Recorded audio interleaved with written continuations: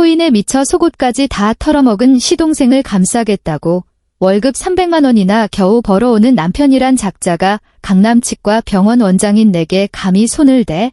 이 집구석 현관문 도어록부터 자기가 몰고 다니는 외제차까지 전부 내 명의로 되어 있다는 걸 그새 잊은 모양이지. 그 뺨 한 대는 우리의 결혼 생활만 끝장낸 게 아니라 그의 남은 인생에서 진간으로 살아갈 자격마저 박살내버렸다. 다음 날 내가 그에게 보낸 큰 선물은 진짜 계산이 무엇인지 뼈저리게 깨닫게 해주었다. 본격적인 이야기를 시작하기 전에 구독과 좋아요 한 번씩 부탁드리며 지금 어디서 이 이야기를 듣고 계신지 댓글로 남겨주세요. 기쁜 마음으로 인사드리겠습니다. 자, 그럼 이야기 시작하겠습니다. 한은성의 머릿속에는 이 얼음장 같은 선고가 수없이 반복 재생되고 있었다. 시댁거실, 가장자리가 다 일어나 너덜너덜해진 낡은 나무 교자상 앞에 앉아있는 그녀는 주변의 공기가 한 줌씩 말라붙어 가는 것만 같았다. 보일러를 어찌나 세게 틀어놓았는지 바닥이 펄펄 끓었다. 싸구려 노란색 장판에서는 숨막히는 본드 냄새가 스멀스멀 올라왔고 부엌에서 채 빠져나가지 못한 동태전과 들기름의 비린내가 뒤섞여 금방이라도 구역질이 치밀어 오를 것만 같았다. 불과 며칠 전 추석 명절에도 그녀는 바로 이 비좁은 부엌에 무려 8시간이나 쪼그려 앉아 있어야 했다. 사방으로 튀는 기름을 맞아가며 프라이팬 앞에서 끝도 없이 제사상에 올릴 전을 부치느라 허리 한 번 제대로 펴지 못했다.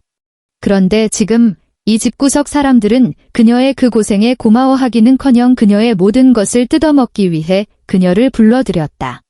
은성, 우리 지용이 저 불쌍한 놈을 어쩌면 좋니? 사채업자들이 돈 안 갚으면 당장 손가락을 다 잘라버리겠다고 협박을 하는데 교자상 맞은편에 주저앉은 시어머니는 양손으로 자기 허벅지를 미친 듯이 내리치며 핏기 없는 입술을 뻐끔거린 채 찢어질 듯한 통곡을 쏟아냈다. 그 소리는 마치 칠판을 손톱으로 긁어대는 것처럼 칠흑같이 날카로워하는 성의 고막을 찌를 듯이 아프게 했다. 시동생 김지용은 구석에 진흙탕처럼 널브러져 있었다. 푹 숙인 고개, 떡진 머리카락을 양손으로 마구 쥐어뜯으며 감히 한은성 쪽은 쳐다볼 엄두조차 내지 못했다. 반면 그녀의 남편 김지훈. 광화문 뒷골목 고만고만한 무역회사에서 매달 300만 원의 쥐꼬리만 한 월급을 받아오는 그 남자는 이 순간 허리를 꼿꼿하게 편 채 당연하다는 듯한 압박감을 담은 눈초리로 그녀를 뚫어져라 노려보고 있었다. 무려 10억 원이야. 김지훈이 입을 열었다. 동생이 친 대형 사고에 대한 분노는 단 한 줌도 섞이지 않은 오히려 기묘할 정도로 다급한 목소리였다. 은성아, 당신 명의로 된 대치동 아파트 있잖아. 지금 전세 보증금이 짝 10억 원 정도 되지? 일단 세입자 내보내고 그 보증금 빼서 급한 불부터 끄자. 어차피 당신 치과 한 달 매출도 빵빵한데 우리 한 2년만 반지하로 이사가서 고생하면 금방 다시 벌 수 있잖아. 한은성은 마치 오늘 저녁은 김치찌개 먹자라고 말하는 듯한 그 가벼운 헛소리를 조용히 듣고만 있었다. 그녀의 시선이 흥분으로 붉게 달아오른 남편의 얼굴을 천천히 훑고 지나갔다. 3년 전 한강변에서 불어오는 선선한 바람을 맞으며 눈시울을 붉힌 채 100만 원도 채 안 되는 얇은 민무늬 반지를 그녀의 약지에 끼워주던 그 남자였다. 그때 그가 뭐라고 짓거렸던가? 은성아, 내 손은 수수료 메스와 치과 드릴을 쥐는 고귀한 손이야. 나 김지훈은 내 목숨을 걸고 맹세할게. 평생 이 손에 설거지물 한 방울 묻히지 않게 하겠다고. 내 모든 걸 바쳐서 너의 자존심을 지켜주겠다고. 그런데 지금 그녀의 자존심을 지켜주겠다던 그 잘난 남자는 자기 동생의 탐욕이 뚫어놓은 및 빠진 독을 채우기 위해 아내에게 전 재산을 쏟아부으라며 너무도 뻔뻔하게 요구하고 있었다. 한은성은 아무 말도 하지 않았다. 남편이 그토록 고귀하다고 칭송했던 손을 뻗어 눈앞에 놓인 유리잔을 집어들었다. 잔 표면에는 물방울이 촘촘히 맺혀 있었고 차가운 얼음이 물 위를 둥둥 떠다니고 있었다. 차가운 유리에 닿은 그녀의 손끝이 미세하게 떨렸지만 그 뼛속까지 시린 한기는 이내 손끝을 타고 심장으로 번져나가 그녀의 핏속까지 차갑게 얼어붙게 만들었다. 그녀는 잔을 들어 고개를 젖히고는 그 얼음물을 단숨에 들이켰다. 차디찬 액체가 바짝 마른 식도를 타고 넘어가며 미약한 꿀꺽 소리를 냈다. 잔을 내려놓자 탁 하는 경쾌한 소리가 적막한 거실 안에서 유난히 선명하게 울려 퍼졌다. 어머니 한은성이 시어머니를 똑바로 쳐다보며 입을 열었다. 높낮이 하나 없는 평온한 목소리로 토시 하나 틀리지 않은 완벽한 존댓말을 구사했다. 도와드릴 수는 있습니다. 시어머니의 통곡이 거짓말처럼 뚝 멎었고 탁하게 흐려졌던 두 눈에는 순식간에 광기 어린 환희의 빛이 번쩍였다. 김지훈 역시 안도의 한숨을 길게 내쉬며 입꼬리를 실룩거렸다. 하지만 한은성의 시선이 마치 얼음물에 담금질한 두 자루의 비수처럼 김지훈의 심장을 향해 곧장 날아갔다. 지용 도련님이 직접 차용증을 쓰고 지장을 찍게 하세요. 동시에 어머니가 가지고 계신 평창동 9억을 담보로 공증사무소에 가서 근저당 설정을 해주시죠. 법적 절차가 마무리되는 즉시 자금은 바로 이체해 드리겠습니다. 거실의 공기가 순식간에 쩍쩍 얼어붙었다. 시어머니의 얼굴 근육이 미친 듯이 경련을 일으켰다. 마치 천인공노할 패륜적인 말이라도 들은 것처럼 두 눈깔이 당장이라도 튀어나올 듯 부릅떠졌다. 너 지금 뭐라고 짓거렸어? 내 집을 빼앗겠다고? 그 집이 어떤 집인데? 죽은 내 시아버지가 남겨준 유일한 핏줄 같은 집이야. 이 독사 같은 년아, 가족이 죽게 생겼는데 내년이 감히 내 집을 계산기에 올려놔? 야, 한은성. 너 미쳤어. 방바닥에 앉아있던 김지훈이 펄쩍 뛰어오르며 무릎으로 제 앞에 된장찌개 뚝배기를 걷어찼다. 검붉은 찌개 국물이 교자상을 타고 뚝뚝 바닥으로 흘러내렸다.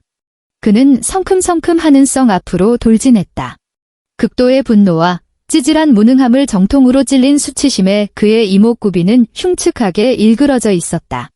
어머니와 동생 앞에서 아내에게 이토록 철저히 비즈니스 취급을 당하며 모욕을 겪었다는 사실이 그의 그 알량하고도 초라한 수컷의 자존심을 무참히 짓밟아버린 것이다.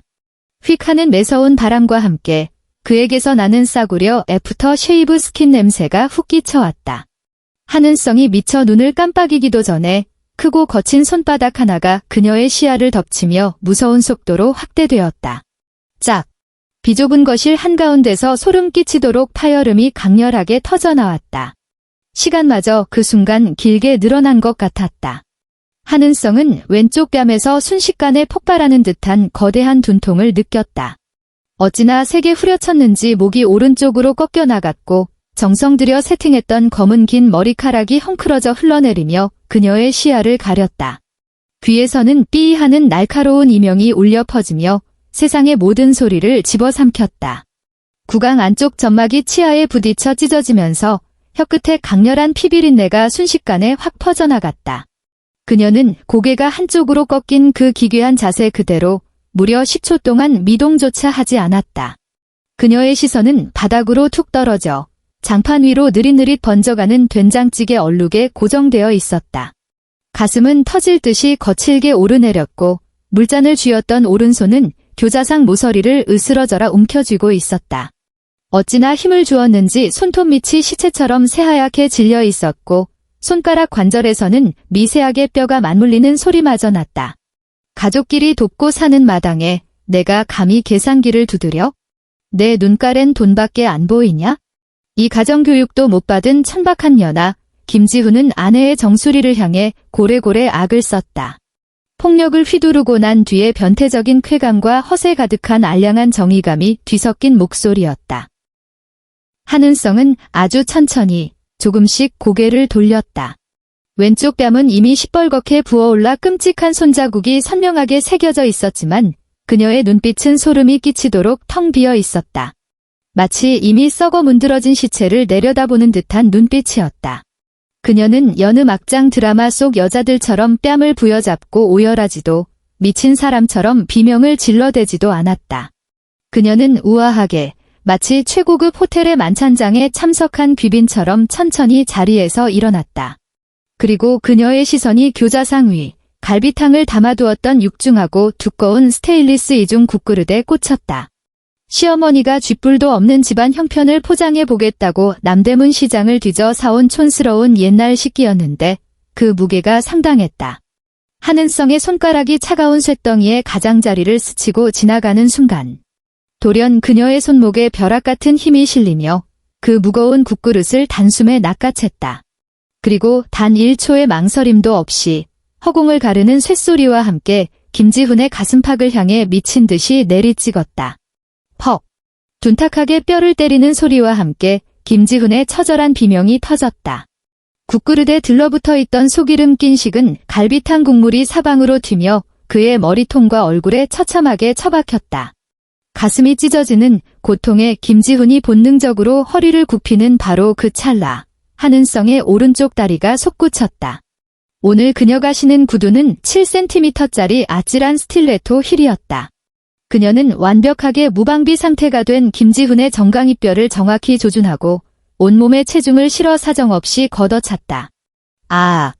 돼지 멱다는 소리가 천장을 뚫을 듯이 울려 퍼졌다. 김지훈은 정강이를 부여잡고 방바닥을 뒹굴며 발버둥 쳤고 그 바람에 옆에 있던 의자마저 박살나며 쓰러졌다. 시어머니는 사색이 되어 찢어지는 비명을 질러댔고 시동생 놈은 아예 벌벌 떨며 방구석으로 처박혔다. 한은성은 바닥에서 경련을 일으키며 뒹구는 남자를 싸늘하게 내려다보았다. 그녀의 입꼬리가 일말의 온도조차 없는 서늘한 호를 그렸다. 그녀는 손을 뻗어 이마를 덮은 헝클어진 잔머리를 뒤로 넘기고 격렬한 움직임에 구겨진 트렌치코트 자락을 단정하게 털어낸 뒤 바닥에 내려놓았던 명품 핸드백을 우아하게 집어들었다. 좋아오. 그녀의 목소리는 크지 않았지만 아수라장이 된 방안을 섬뜩할 정도로 또렷하게 갈랐다. 돈 이야기 꺼냈다가 가족끼리 정떨어지게 생겼으니 당신들 그 끈끈한 가족애로 이 알량한 집구석에서 평생 지지고 볶으며 서로 사랑하고 살아보시지. 말을 마친 그녀는 휙 몸을 돌려 또각또각 힐 소리를 내며 단 한 번도 뒤돌아보지 않고 현관을 향해 걸어갔다. 철컥. 삐삐삐삐. 현관문 도어록이 열렸다가 쾅 하고 무겁게 닫히는 소리가 문 안쪽의 저주와 비명 소리를 완벽하게 차단해버렸다. 11월의 서울. 밤바람은 마치 시퍼런 칼날처럼 뺨을 베고 지나갔다. 한은성이 그 허름하고 낡은 빨간 벽돌 다세대 주택을 빠져나오자 가로등의 창백한 불빛이 그녀의 붉게 부어오른 왼쪽 뺨을 적나라하게 비췄다. 방금 편의점에서 나온 동네 아줌마 몇 명이 검은 비닐봉지를 든 채 그 몰골을 발견하고는 걸음을 멈추고 끼리끼리 모여 수군대기 시작했다. 그들의 눈빛에는 노골적인 호기심과 경멸이 진득하게 묻어 있었다. 한은성은 고개를 숙이지 않았다. 오히려 꼿꼿하게 등허리를 펴고 그것이 돋친 시선들을 정면으로 받아내며 손을 들어 빈차 표시등이 켜진 택시를 세웠다. 가장 가까운 대학병원 응급실로 가주세요. 그녀가 기사에게 말했다. 뒷미러로 힐끔거리던 기사마저 섬뜩함을 느낄 정도로 차갑고 건조한 목소리였다. 병원 응급실 안은 독한 소독약 냄새와 환자들의 억눌린 신음으로 가득했다. 한은성은 차가운 파란색 플라스틱 의자에 앉아 응급의학과 의사가 차가운 의료용 라이트로 자신의 상처 부위를 비추는 것을 가만히 지켜보았다. 의사의 눈빛은 무덤덤했다. 이런 가정폭력의 피해자들은 차고 넘치도록 봐왔으니까. 안면부 연부 조직의 심각한 타박상입니다. 미세한 모세혈관 파열도 동반되었군요. 의사는 모니터를 보며 키보드를 두드리는 와중에도 기계적으로 중얼거렸다. 선생님. 이 한은성이 입을 열었다. 흔들림 하나 없는 견고한 목소리였다. 상세한 상해진 단서를 발급해주세요. 반드시 안면부 타박상으로 인한 2주 전치라는 소견을 명시해 주시고 가격당한 힘의 방향과 상처의 크기까지 아주 구체적으로 적어주셔야 합니다. 키보드를 두드리던 의사의 손가락이 멈칫하더니 고개를 들어 그녀를 쳐다보았다. 그의 눈빛에 당혹감이 스쳤다. 이 여자는 너무나도 침착했다. 마치 남의 상처를 브리핑하는 것처럼 이성적이었다. 프린터기가 지잉 소리를 내며 돌아가더니 병원의 붉은 직인이 선명하게 찍힌 진단서 한 장이 그녀의 손에 들려졌다. 한은성은 거기에 적힌 글자들을 꼼꼼히 확인하고는 조심스럽게 반으로 접어 명품백 안쪽 주머니에 찔러 넣었다. 이것이 그녀가 장전한 반격의 첫 번째 총알이었다. 새벽 1시. 한은성은 자신의 개인 신용카드를 긁어 강남에 위치한 비즈니스 호텔의 최고급 더블룸을 잡았다. 그녀는 얼굴에 말라붙은 핏자국과 식은땀을 씻어내지도 갈비탕 국물이 튄 트렌치 코트를 벗지도 않았다. 그녀는 곧장 책상으로 다가가 가방에서 노트북을 꺼내 화면을 열어젖혔다. 서늘하고 푸른 불빛이 핏기 없는 그녀의 얼굴을 유령처럼 비췄다. 그녀는 태생적으로 경계심이 많은 부류였다. 담배 한 갑 살 때도 손익을 따지는 그 찌질한 김지훈이 고작 덜 떨어진 동생을 구하겠다고 아내에게 10억 원짜리 전세 보증금을 빼라고 당당하게 요구해? 그 뻔뻔함의 이면에는 분명 더 크고 썩어 문드러진 종기가 숨겨져 있을 터였다. 그녀는 익숙한 손놀림으로 부부 공동계좌에 인터넷 뱅킹 아이디를 입력하고 지갑에서 OTP 발생기를 꺼내 들었다. 6자리의 일회용 비밀번호가 입력되었다. 화면이 넘어가며 초록색 로딩바가 모니터 정중앙에서 느릿느릿 채워지기 시작했다. 한은성은 자신의 심장 박동이 점점 느려지다 못해 멈춰버리는 것 같은 착각에 빠졌다. 로딩이 완료되었다. 한은성의 시선이 모니터 정중앙에 찍힌 소름 끼치는 숫자표의 데모처럼 박혔다. 동공이 극도로 수축했고 마우스를 쥐고 있던 오른손이 뻣뻣하게 굳어버렸다. 어찌나 세게 움켜쥐었는지 손톱이 마우스의 플라스틱 외관을 파고들 기세였다. 화면에는 그녀가 예상했던 잔액이 찍혀 있지 않았다. 길게 이어진 이체 내역서에는 최근 한 달 동안 정체불명의 동일한 제3자 가상화폐 거래소로 빠져나간 출금 기록이 징그럽게 도배되어 있었다. 5천만 원, 7천만 원, 무려 1억 원. 모든 이체 내역의 끝에는 눈을 찌를 듯한 붉은색 마이너스 기호가 선명하게 찍혀 있었다. 한은성은 보이지 않는 거대한 손이 자신의 목구멍을 콱 틀어주는 듯한 질식감을 느꼈다. 그녀는 사시나무 떨듯 떨리는 손으로 잔고합게 버튼을 클릭했다. 고급 주상복합 아파트로 이사가기 위해 두 사람이 피땀 흘려 모아둔 5억 원의 현금은 모조리 증발해버렸고 잔액란에는 어처구니없게도 0원이라는 숫자가 찍혀 있었다. 5억, 그 돈이 어떤 돈인가? 매일 10시간씩 수술대 앞에 서서 환자들의 입안에서 날리는 분진을 마셔가며 이빨을 하나하나 뽑고 임플란트를 심어 벌어들인 그녀의 피 같은 돈이었다. 시야가 핑그르르 돌며 흐려졌지만 그녀는 입술이 터져 비린 피 맛이 날 때까지 꽉 깨물며 정신을 부여잡았다. 그녀는 스크롤을 더 밑으로 내려 남편 명의로 된 신용조회 기록을 클릭했다. 이 역시 과거 아파트 대출을 받을 때 그녀가 강제로 연동해 둔 권한이었다. 새로 고침된 화면 위로 대형 금융기관에서 발급한 기업신용담보평가 보고서가 떡하니 나타났다. 심사일자는 2달 전 보증인은 김지훈. 그리고 그 대출의 담보가 된 기업체 명에는 소름 끼치도록 또렷한 글씨로 강남수려 치과의원이라고 적혀 있었다. 바로 그녀의 치과, 한은성의 이름으로 등록된 바로 그 법인 사업체였다. 김지훈 이 미친 새끼는 부부 공동재산 5억 원을 훔쳐다가 동생 놈의 코인판에 쏟아부은 것도 모자라 아내 몰래 배우자라는 신분과 위조된 인감도장을 이용해 아내의 병원을 담보로 무려 5억 원짜리 신용보증까지 서서 사채 빚을 돌려막고 있었던 것이다. 그가 10억 원짜리 전세 보증금을 그토록 당당하게 요구했던 진짜 이유는 동생을 구하기 위해서가 아니라 당장 사채업자들이 돈을 회수하지 못하면 아내의 치과가 1순위로 압류당할 위기였기 때문이었다. 하하. 적막한 호텔 객실 안에서 갑자기 한은성의 극도로 억눌린 웃음소리가 터져나왔다.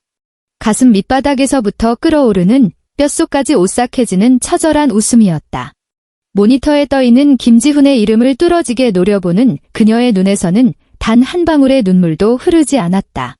끓어오르는 분노가 눈물샘을 모조리 태워버려 오직 차갑게 식은 재만 남아있을 뿐이었다. 그녀는 책상 위에 놓인 스마트폰을 낚아채어 번호 하나를 눌렀다. 통화 연결음이 2번 울리기도 전에 상대가 전화를 받았다. 여보세요, 은성아. 이 새벽에 웬일이야? 수화기 너머로 잠이 덜 깬 변호사 친구의 목소리가 들려왔다. 내 말 잘 들어? 지금 당장 서류 세부를 작성해줘야겠어. 한은성의 목소리는 얼음물에 담가둔 칼날처럼 서슬퍼렇고 살기가 등등했다. 첫째, 이혼 소장. 둘째, 가정폭력 및 공동재산 은닉에 대한 형사 고소장. 셋째, 이게 제일 중요한데 내가 지금 보내는 인터넷 뱅킹 거래 내역을 증거로 법원에 당장 사전 처분을 신청해줘. 내일 아침 해가 뜨기 전에 그 자식 명의로 된 모든 급여, 통장과 계좌에 대한 가압류 결정 통지서가 떨어지는 걸 봐야겠어. 수화기 너머로 무려 5초간의 무거운 침묵이 흘렀다. 이내 잠에서 완전히 깬 듯한 전문가의 건조하고 확신에 찬 대답이 돌아왔다. 상황 파악 끝났어. 나한테 맡겨. 전화를 끄는 한은성은 의자 등받이에 기대어 칠흑같이 어두운 서울의 밤 풍경을 내려다보았다. 한강 위로 흩어지는 화려한 네온사인 불빛들이 마치 3년이라는 그녀의 우스꽝스러운 결혼 생활처럼 산산조각 채 부서지고 있었다. 다음 날 오전 10시 정각. 여의도 금융가는 출근하는 차들로 북새통을 이루고 있었고 빽빽하게 솟아오른 통유리 빌딩 위로 눈부신 햇살이 반사되어 내리꽂히고 있었다. 한은성은 검은색 아우디 SUV 운전석에 앉아 있었다. 차는 김지훈의 회사가 있는 건물 건너편 도로에 정차 중이었다. 그녀의 한 손에는 샷을 2번이나 추가한 아이스 아메리카노가 들려 있었고 플라스틱 빨대는 그녀가 꽉 깨문 탓에 깊은 자국이 나 있었다. 에어컨의 찬바람이 아무런 표정 없는 그녀의 얼굴을 때렸다.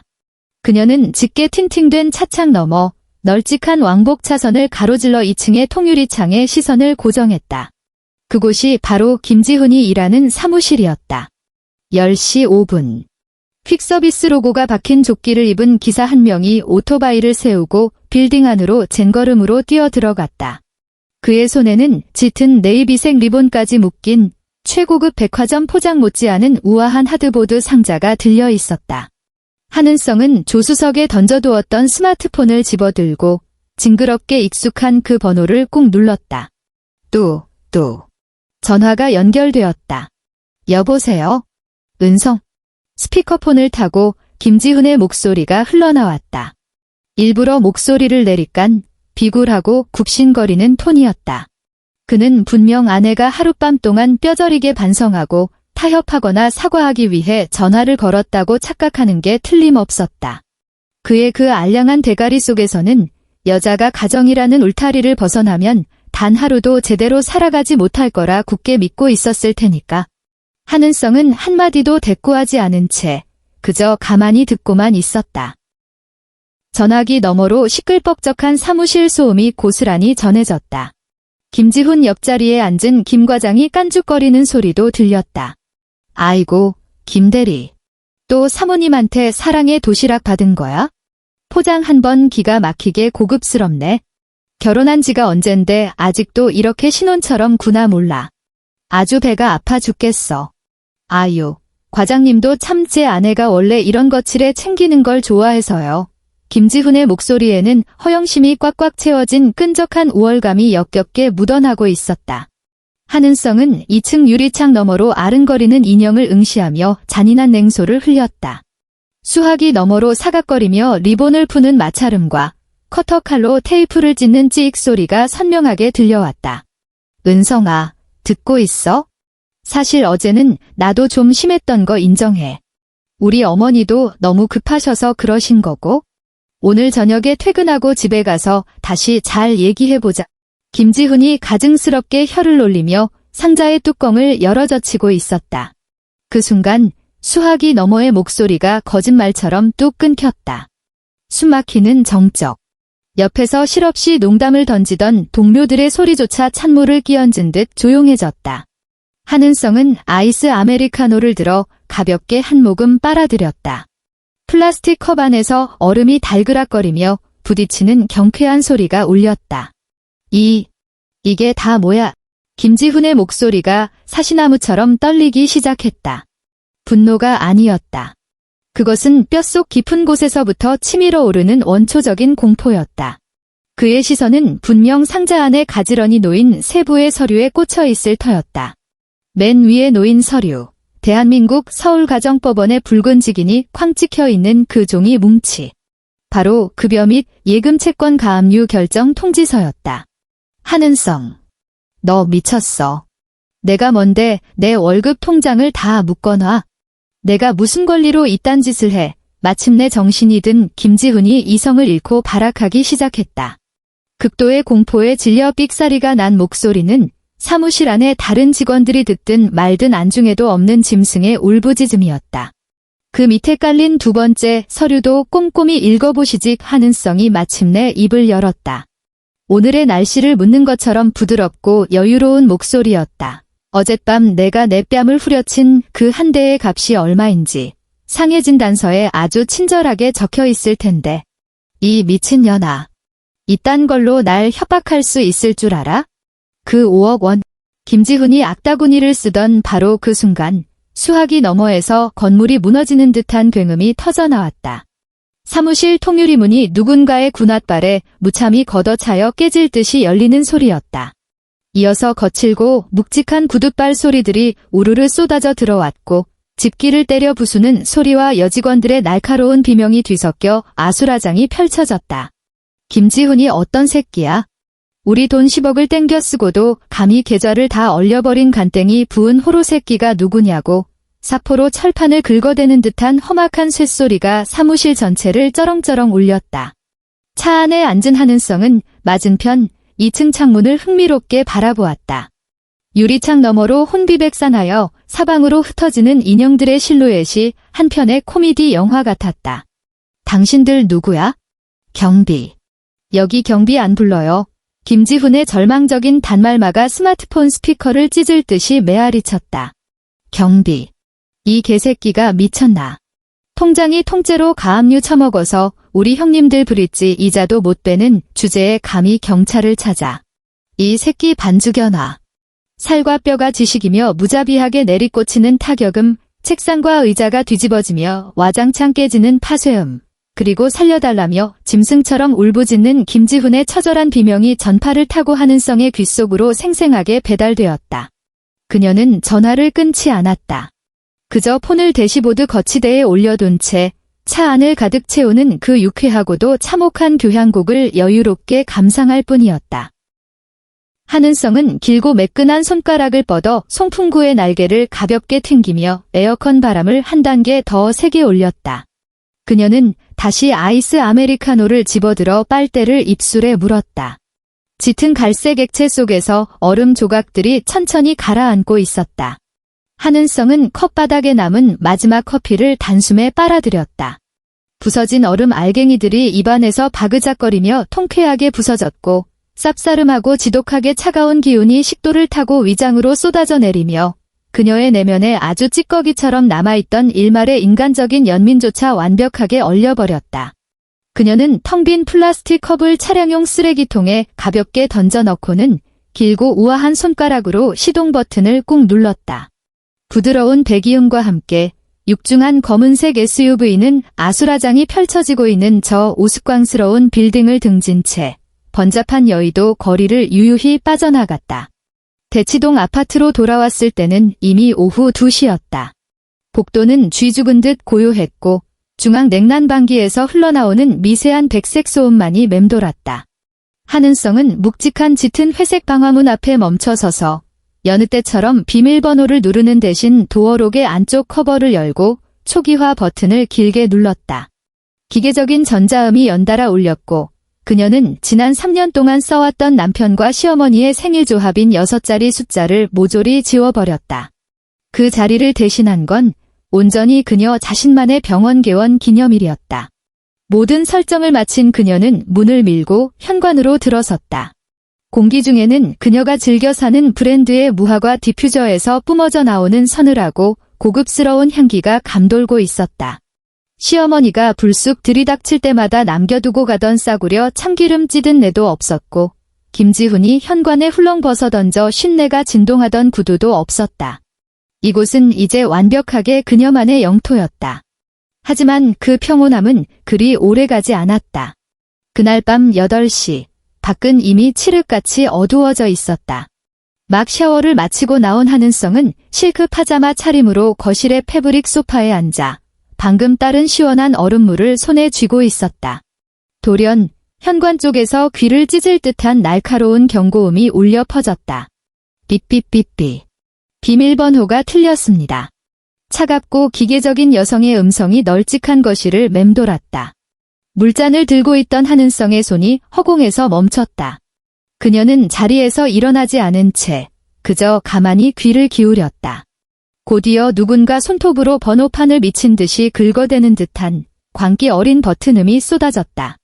삐삐삐삐. 비밀번호가 틀렸습니다. 5회 연속 입력 오류로 3분간 시스템이 잠깁니다. 짧은 정막이 흐른 직후 쾅하는 육중한 파열음이 두꺼운 방화문을 사정없이 강타했다. 쾅. 쾅쾅쾅. 한은성. 이 독사 같은 년아. 당장 문 열어. 도어록 비밀번호 바꾼 게 대체 무슨 수작이야? 시어머니 특유의 앙칼지고 찢어지는 비명소리가 두꺼운 철문을 뚫고 들어왔다. 극도의 분노와 헐떡이는 숨소리 탓에 목소리는 이미 다 갈라져 있었다.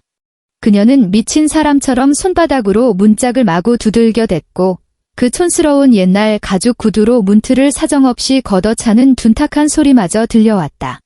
한은성은 천천히 물잔을 내려놓고 맨발로 차가운 대리석 바닥을 밟으며 현관의 월패드 앞으로 한 걸음씩 다가갔다. 그녀가 손을 들어 화면을 가볍게 터치했다. 복도의 센서 등이 창백한 빛을 뿌리고 있었다. 화면 속에는 분노로 흉측하게 일그러진 시어머니의 얼굴이 화면 가득 클로즈업되어 있었다. 그녀는 머리를 산발한 채였다. 항상 미용실에서 곱게 드라이해 두었던 파마머리는 지금 쥐파먹은 잡초 더미처럼 엉망으로 헝클어져 있었고 이마에는 핏대가 시퍼렇게 솟아올라 있었다. 저주를 퍼부을 때마다 튀어나온 침방울들이 초인종 카메라 렌즈에 잔뜩 들러붙어 화면이 다 흐릿해질 지경이었다. 이해도 못 낳는 성녀 같은 년아. 우리 지훈이가 전생에 무슨 대역죄를 지었길래 너 같은 걸 달고 살았어. 내년이 감히 하늘 같은 남편 월급 통장을 묶어? 우리 지용이 죽는 꼴을 보고만 있겠다고? 당장 전세금 안 빼와. 그건 우리 김씨 집안 돈이야. 당장 기어 나오지 못해? 화면 속에서 개거품을 무는 그 늙은 여자를 내려다보며 한은성의 호흡은 기묘할 정도로 차분하게 가라앉았다. 하지만 위장 밑바닥에서는 구역질이 통제할 수 없이 치밀어 올랐다. 그녀는 결혼 첫 해의 그 겨울을 떠올렸다. 오늘처럼 살이 에이는 듯한 추운 새벽 6시. 일주일 내내 이어진 고강도 임플란트 수술 일정을 겨우 끝내고 주말을 맞아 모처럼 단잠에 빠져있던 참이었다. 비몽사몽간에 도어록이 띠리릭 하고 열리는 소리가 들렸다. 그녀가 소스라치게 놀라 야른 슬립 차림으로 안방을 뛰쳐나갔을 때 그녀의 눈에 들어온 건 거대한 검은 비닐봉지 2개를 양손에 든 채 당당하게 주방을 점령하고 있는 시어머니의 모습이었다. 시어머니는 남의 집에 함부로 쳐들어왔다는 죄책감 따위는 눈꼽만큼도 없었다.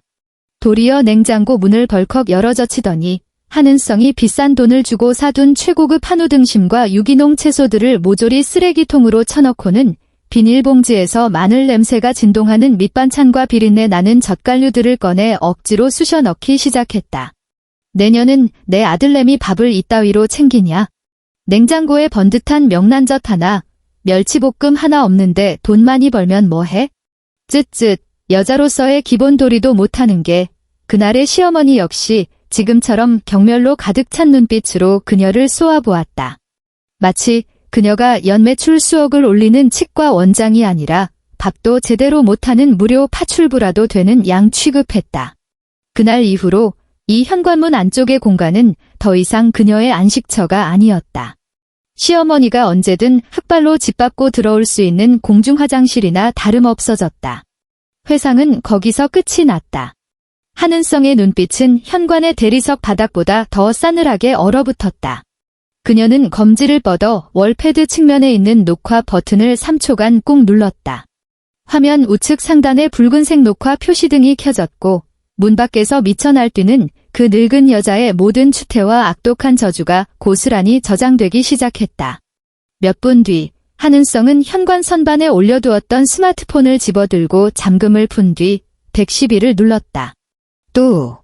네, 112 경찰 종합 상황실입니다. 수화기 너머로 상황실 직원의 전문적이고 침착한 목소리가 들려왔다. 한은성은 숨을 깊게 들이마시고는 목소리에 완벽하게 계산된 미세한 떨림과 극도의 공포를 담아냈다. 여보세요. 경찰관님. 여기 대치동 성원 아파트인데요. 지금 문 밖에 정신이 완전히 나간 것 같은 낯선 사람이 미친 듯이 문을 부수면서 집에 들어오려고 해요. 계속 사람을 죽여버리겠다고 소리를 지르는데 저 지금 집에 혼자 있거든요. 너무 무서워요. 제발 빨리 좀 와주세요. 전화를 끄는 하는성은 화면 속에서 여전히 문을 쾅쾅 치고 있는 시어머니를 보며 잔인한 미소를 지었다. 그녀는 몸을 돌려 다시 거실로 걸어가 아까 채 다 마시지 못한 얼음물을 집어들고 천천히 한 모금 삼켰다. 약 10분쯤 지났을까? 문 밖에서 들려오던 저주 섞인 쌍욕은 어느새 당황한 신랑이 소리로 바뀌었고 이내 경찰관의 단호한 경고와 함께 철컥거리는 수갑 소리가 울렸다. 그리고 복도는 다시 쥐 죽은 듯한 고요를 되찾았다. 3일 뒤 강남구 수려 치과의원. 나른한 오후의 햇살이 거대한 통유리창을 넘어 대기실의 최고급 가죽 소파 위로 쏟아지고 있었다. 공기 중에는 치과 특유의 정향유와 소독용 알코올이 섞인 깔끔한 냄새가 맴돌았다. 데스크에서는 젊은 간호사 2명이 목소리를 낮춰 오후 예약 명단을 확인하고 있었고 대기실에는 세련되게 차려입은 강남 사모님 몇 명이 패션 잡지를 뒤적이며 진료 순서를 기다리고 있었다. 하는성은 몸에 딱 떨어지는 새하얀 의사 가운을 입고 그 안에는 고급스러운 실크 블라우스를 받쳐 입고 있었다.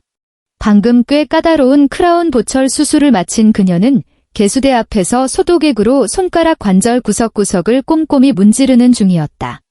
시원하게 쏟아지는 물줄기가 그녀의 새하얀 손등을 씻어내렸고 둥글고 단정하게 깎인 손톱은 티 없이 깨끗했다. 바로 그때 병원 입구에 무거운 반투명 유리문이 쾅 하고 거칠게 열렸다. 딸랑. 문에 달린 황동종이 비명처럼 요란하게 울렸다. 소스라치게 놀란 데스크 간호사의 손에서 차트가 바닥으로 내동댕이 쳐졌다. 대기실의 사모님들은 일제히 미간을 찌푸리며 길거리에 오물이라도 본 듯한 불쾌한 시선으로 출입구를 쳐다보았다. 한 남자가 비틀거리며 안으로 뛰어들어왔다. 김지훈이었다. 하지만 지금 그의 몰골에서는 광화문 번듯한 직장인의 말끔함 따위는 단 1%도 찾아볼 수 없었다. 그가 입고 있던 값비싼 네이비색 맞춤 정장은 이미 누군가에게 무참히 쥐어뜯겨 너덜너덜해져 있었고 왼쪽 소매는 아예 반쯤 떨어져 나가 덜렁거렸다. 넥타이는 짐승에게 물어뜯긴 것처럼 끊어져 목에 우스꽝스럽게 매달려 있었다. 얼굴은 온통 시퍼렇게 멍이 들고 퉁퉁 부어 있었으며 입꼬리에는 검붉은 피딱지가 엉겨붙어 있었다. 구두에는 지늘긴지 누군가의 토사물인지 모를 오물이 잔뜩 묻어 있었고 온몸에서는 구역질이 나는 쉰내와 벼랑 끝에 몰린 자의 처절한 빈티가 진동했다. 은성아, 은성아. 김지훈은 복도 끝 개수대 앞에 서 있는 하는성을 단번에 발견했다. 그는 마치 물에 빠져 허우적대다 마지막 썩은 동아줄이라도 발견한 사람처럼 아주 처절하게 울부짖으며 짐승처럼 네 발로 기다시피 그녀를 향해 돌진했다. 철푸덕. 대기실의 모든 사람들이 경악을 금치 못하는 가운데 김지훈은 다리에 힘이 풀린 듯 티끌 하나 없이 반짝이는 복도 대리석 바닥에 두 무릎을 꿇고 엎어졌다. 무릎뼈가 단단한 돌바닥에 부딪히며 소름 끼치는 둔탁한 소리를 냈지만 그는 고통조차 느끼지 못하는 듯 오직 하는성에 맞춤 구두코만 죽어라 쳐다보았다. 은성, 내가 잘못했어. 내가 정말 죽을 죄를 지었어. 김지훈의 눈물과 콧물이 뒤범벅되어 한때 곱상하다고 자부했던 그의 얼굴을 지저분하게 뒤덮었다. 그가 상처투성이인 두 손을 뻗어 하는성의 의사가운 자락을 붙잡으려 했지만 하는성은 벌레를 피하듯 차갑게 한 걸음 뒤로 물러섰다. 허공을 갈 곳을 잃고 멈춘 그의 손이 사시나무 떨듯 격렬하게 요동쳤다. 주변의 공기가 차갑게 얼어붙었다. 데스크의 간호사는 이미 슬그머니 스마트폰을 꺼내 들었고 대기실의 환자들은 자리에서 일어나 수군거리기 시작했다. 벌떼처럼 웅성거리는 그 조소 섞인 뒷말들이 수천 개의 바늘이 되어 김지훈의 온몸을 찔렀다. 어머, 저 사람 한 원장님 남편 아니야? 꼴이 왜 저래? 완전 노숙자가 따로 없네? 밖에서 사채 끌어다 쓰다가 깡패들이 회사까지 쳐들어와서 개박살을 냈다잖아. 직장에서도 바로 잘렸대. 어휴, 세상에. 남자가 알량한 자존심도 없나 봐에 자기 마누라 직장까지 기어와서 무릎을 꿇어. 그 지독한 경멸과 조롱 섞인 수군거림이 김지훈의 귓구멍으로 토시 하나 빠짐없이 파고들었다. 예전에 그였다면 그 보잘것없는 수컷의 자존심 때문에 당장이라도 길길이 날뛰었을 것이다. 하지만 지금 그는 그런 걸 따질 처지가 아니었다. 은성아, 제발 나 좀 살려줘. 법원에서 내 통장을 다 묶어버린 것도 모자라서 내 이름으로 된 외제차도 강제로 견인해 갔어. 사채업자들이 회사에서 깽판을 치는 바람에 나 당장 해고당했다고. 나 지금 주머니에 10원 한 장 없어. 그 조폭 새끼들이 내가 가는 길목마다 진을 치고 쫓아와서 돈 안 갚으면 당장 언양어선에 팔아넘기겠다고 협박한단 말이야. 김지훈은 악다구니를 쓰며 미친 듯이 대리석 바닥에 머리를 찧어댔다. 쿵, 쿵 하는 무식한 파열음이 울려 퍼졌다. 한은성은 그 자리에 고요히 서서 자기 발밑에 개처럼 엎드린 이 수치스러운 남자를 가만히 내려다보았다. 그녀의 얼굴에는 일말의 동요조차 없었고 속눈썹 하나 떨리지 않았다. 그녀는 이 남자가 과거에 짓던 오만한 주둥아리를 떠올렸다. 늘 소파에 누워 물 떠와라 과일 깎아 와라 부려먹으며 짓거렸던 말 한은성. 내가 나보다 돈 좀 더 번다고 이 집구석에서 유세 떨 생각 마. 여자는 어차피 분수를 알아야 해. 그 모든 순간들이 떠오르며 마치 삼류막장 코미디를 보는 듯 했다. 은성아, 나는 속은 거야. 한은성이 입을 꾹 다물고 있자 김지훈이 횟고개를 쳐들며 필사적인 변명을 늘어놓기 시작했다. 우리 엄마랑 지용이가 작당하고 날 속인 거라고. 지용이 그 개새끼가 거기다 투자만 하면 한 달 만에 2배로 불려주겠다고 꼬드겼단 말이야. 나는 그저 큰돈 좀 만져보려고 그랬던 거야. 당신한테 포르쉐 한 대 뽑아주고 싶어서. 내가 이 지랄을 떤 것도 다 우리 가족을 위해서였다고. 거짓말을 하느라 미세하게 경련하는 그의 입꼬리를 보며 한은성은 돌연 뼛속 깊은 피로감을 느꼈다. 평생을 믿고 의지할 수 있을 거라 착각했던 남자의 실체가 고작 이거였다. 재앙이 닥치자 일말의 망설임도 없이 친엄마와 동생을 방패막이로 내던지고 심지어 아내를 위해서라는 역겨운 위선의 가면까지 뒤집어쓰는 구제불능의 비겁자. 그녀는 몸을 돌려 옆에 있던 정수기에서 얼음을 가득 채우고 차가운 아이스 아메리카노를 내렸다.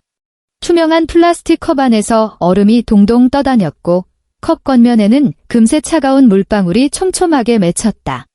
그녀는 커피잔을 들고 진료실과 대기실을 분리하는 두꺼운 통유리문 뒤로 걸어가 벽에 달린 인터폰 버튼을 꾹 눌렀다. 김지훈. 복도 천장의 스피커를 타고 한은성의 목소리가 흘러나왔다. 쇳소리처럼 차갑고 무기질적인 그 목소리는 병원 구석구석을 선명하게 찔렀다. 김지훈이 번쩍 고개를 쳐들었다. 그의 두 눈에 신락 같은 희망의 빛이 스쳐 지나갔다. 한은성은 그 두꺼운 방음 유리 너머로 그를 무표정하게 응시하며 차가운 커피를 가볍게 한 모금 빨아들였다. 그 역겨운 개소리는 집어치워. 부부 공동재산 5억을 훔쳐다가 내 동생 빚 갚는데 꼬라박고 내 병원까지 몰래 담보로 잡혀서 불법 대출을 받았을 때 대체 어느 구석에 나를 위한다는 마음이 있었는데? 김지훈의 낯빛이 순식간에 시체처럼 하얗게 질렸다. 마치 누군가 무참히 구겨버린 폐지 조각 같았다. 그가 뻐끔뻐끔 입을 벌렸지만 목구멍에서는 단 한마디의 변명도 새어나오지 못했다. 지난 3년 동안 부부로 살았던 정을 생각해서 한은성의 목소리에는 어떠한 고저도 없었다. 마치 냉혹한 사형 선고문을 낭독하는 판사 같았다. 마지막 살길 하나는 열어주지. 김지훈의 두 눈이 미친 듯이 반짝거렸고 그는 당장이라도 유리문에 처박힐 듯이 들러붙었다. 이혼 합의서에 재산 분할 포기 각서 쓰고 도장 찍어. 내가 싼 빚더미들 고스란히 끌어안고 몸만 홀가분하게 이 집에서 나가오. 한은성의 시선이 마치 예리한 메스처럼 그의 알량한 마지막 환상을 완벽하게 도려냈다. 그게 당신네 잘난 김씨 집안이 챙길 수 있는 마지막 체면이니까? 꺼져. 말을 마친 그녀는 인터폰 버튼에서 손을 뗐다. 미련 없이 몸을 돌린 그녀의 새하얀 가운 자락이 허공에서 서늘한 호를 그렸고 그녀는 단 한 번도 뒤돌아보지 않은 채 수술실로 걸어 들어갔다. 차디찬 대리석 바닥에 주저앉은 김지훈만이 수십 쌍의 조롱하는 시선들에 둘러싸인 채 짐승 같은 절망의 울부짖음을 터뜨릴 뿐이었다. 6개월 뒤 서울 가정법원. 겨울의 창백한 햇살이 법원의 잿빛 외벽을 비추고 있었지만 일말의 온기조차 느껴지지 않았다. 한은성은 원고석에 앉아 있었다. 군더더기 없이 깔끔하게 떨어지는 검은색 정장 차림에 긴 머리는 단 한 가닥의 흐트러짐도 없이 로우번으로 단정하게 틀어 올렸다. 그녀 앞에는 두툼한 서류 뭉치가 놓여 있었다. 지난 6개월 동안 그녀가 치밀하게 벼려온 모든 치명적인 무기들이었다. 맞은편 피고석에 앉은 김지훈은 해골처럼 삐쩍 말라 있었다. 푹 꺼진 눈두덩이에 광대뼈만 흉측하게 튀어나왔고 입고 있는 옷은 구깃구깃해 금방이라도 관에 들어갈 송장 같은 퀴퀴한 냄새를 풍기고 있었다. 원고 한은성과 피고 김지훈의 이혼 및 재산 분할 청구 소송에 대한 판결을 선고합니다. 판사의 엄숙한 목소리가 널찍한 법정 안에 울려 퍼졌다. 한은성은 지그시 눈을 감고 그 견고하고 이성적인 법률 용어들에 귀를 기울였다. 그녀가 증거로 제출한 녹음 파일 속에서 가족끼리 돕고 사는 마당에 감히 계산기를 두드려라며 패악질을 부리던 김지훈의 목소리는 그가 부부 공동재산을 악의적으로 은닉하고 빼돌렸다는 빼도 박도 못할 철퇴가 되었다. 안면부 타박상 전치 2주가 선명하게 찍힌 진단서는 그의 가정폭력 범죄를 완벽하게 입증했고 끝도 없이 이어진 뱅킹 이체 내역서들은 배우자의 자산을 훔쳐 제 개인 빚을 갚으려 했던 그의 추악한 밑바닥을 세상에 낱낱이 까발렸다. 피고 김지훈은 혼인 기간 중 심각한 가정폭력을 행사하였으며 거액의 부부 공동재산을 악의적으로 은닉 및 유용하여 혼인 파탄에 중대한 책임이 있음이 인정됩니다. 이에 다음과 같이 판결합니다. 원고와 피고는 이혼한다. 혼인 기간 중 형성된 모든 부동산, 예금 채권 및 병원 지분은 전액 원고 한은성의 소유로 한다. 피고 김지훈은 원고에게 위자료 5천만 원을 지급하라. 또한 피고가 자의로 자금을 융통하여 발생한 10억 원의 사채 채무는 개인의 불법적인 투자로 인한 것이므로 부부 공동 채무에 해당하지 않으며 피고 개인이 전액 변제할 것을 명한다. 땅. 법봉이 묵직하고 단호하게 내리쳐졌다. 그 순간 한은성은 지옥 밑바닥에서 기어 나오는 듯한 오열 소리를 들었다. 김지훈은 피고석 의자에 허물어지듯 주저앉아 두 손으로 얼굴을 파묻고 처절하게 통곡했다. 하지만 그는 감히 한은성 쪽으로 고개조차 돌리지 못했다. 이 여자가 그가 대한민국 사회에서 인간으로 숨쉬고 살아갈 수 있는 마지막 자격마저 완벽하게 박탈해버렸다는 걸 뼈저리게 깨달았기 때문이었다. 같은 시각 서울 반대편 평창동. 법원 집행관 차량 한 대가 낡은 붉은 벽돌 단독주택 앞에 멈춰 섰다.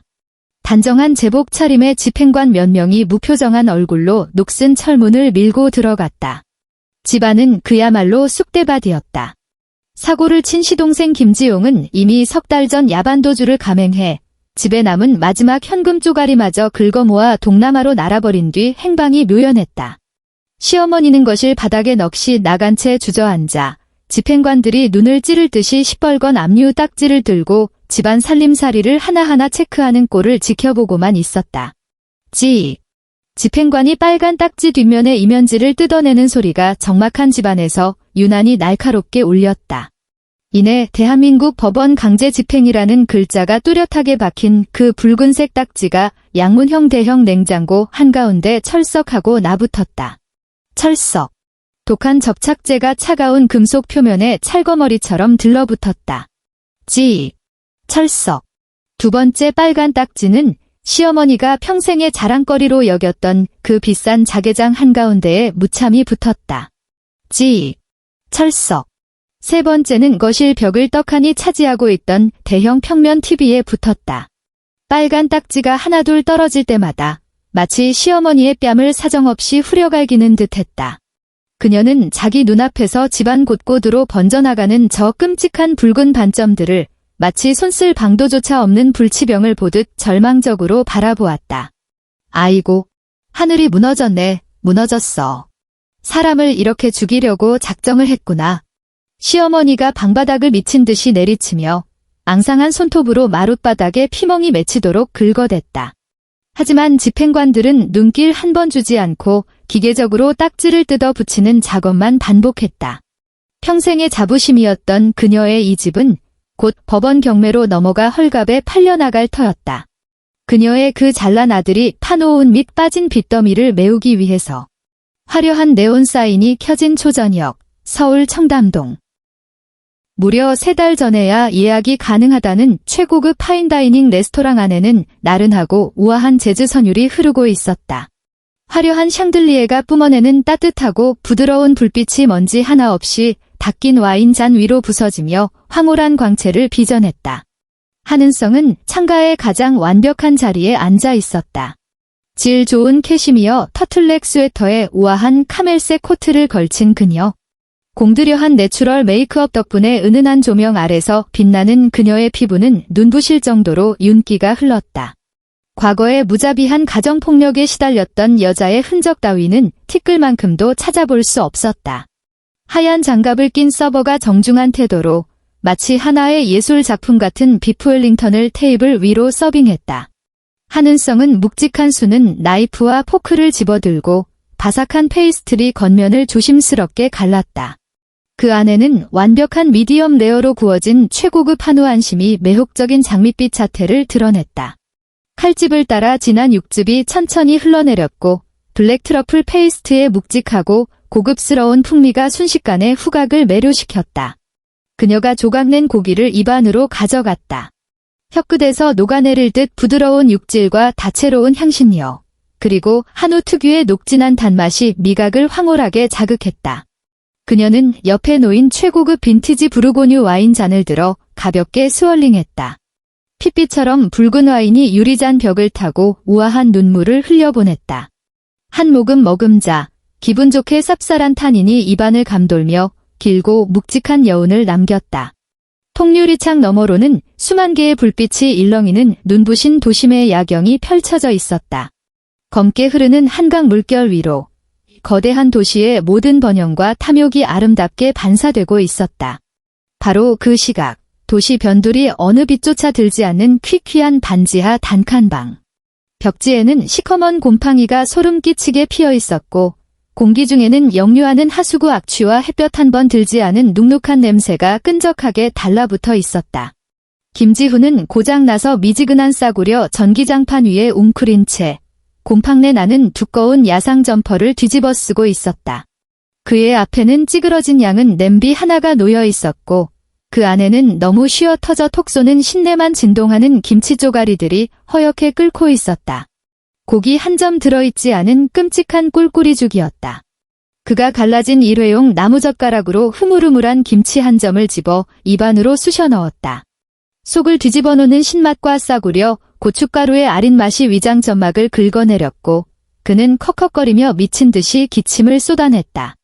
기침 끝에 눈물마저 질끔 배어 나왔다. 돌연 머리 위 얇은 천장에서 우르르 쾅쾅거리는 살벌한 발소리가 들려왔다. 쾅, 쾅, 쾅. 이어서 누군가 알루미늄 대문을 야구 방망이로 사정없이 후려갈기는 소리가 터져나왔다.